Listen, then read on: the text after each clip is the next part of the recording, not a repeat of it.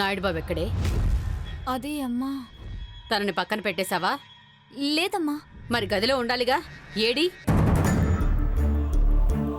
నీకిష్టం లేని పెళ్లి జరిగిందని, నాయుడు బాబా నీకు ఇష్టం లేదని దూరంగా పెట్టేశావు కదూ? నేను అలా చేయలేదు. నోర్మై!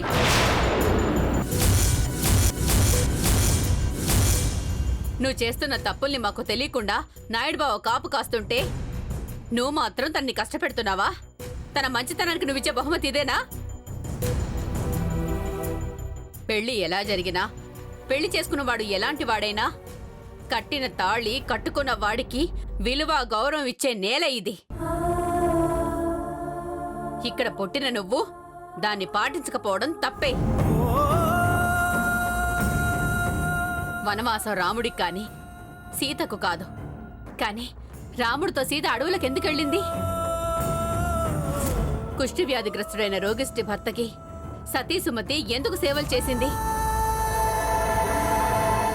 భర్త ప్రాణాల కోసం సావిత్రి యముడితో ఎందుకు పోరాడాల్సొచ్చింది?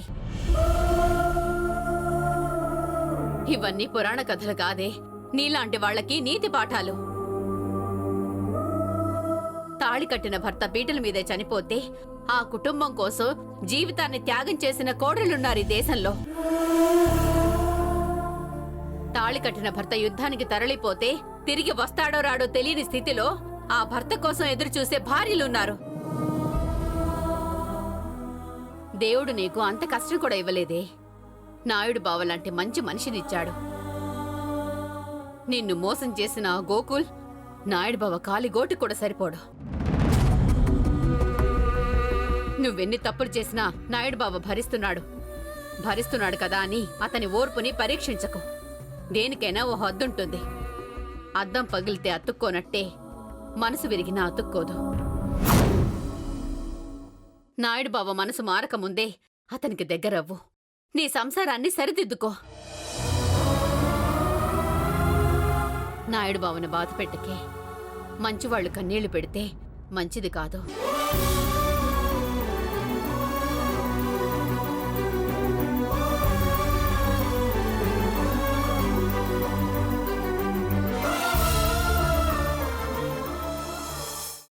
అమ్మా, అలాంటి వాళ్ళది నిజమైన ప్రేమ కాదు, అది వ్యామోహం.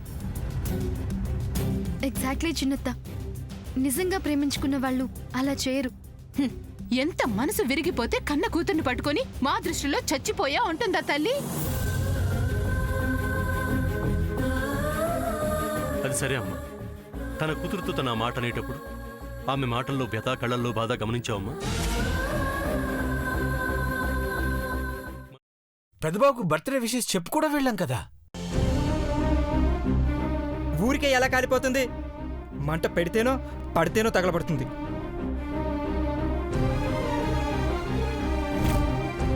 కరెక్ట్ చిన్నబాబు, నీకొచ్చినట్టే నాకు డౌట్ వచ్చింది. పార్వతే షర్టును తగలబెట్టిందనుకుంటా.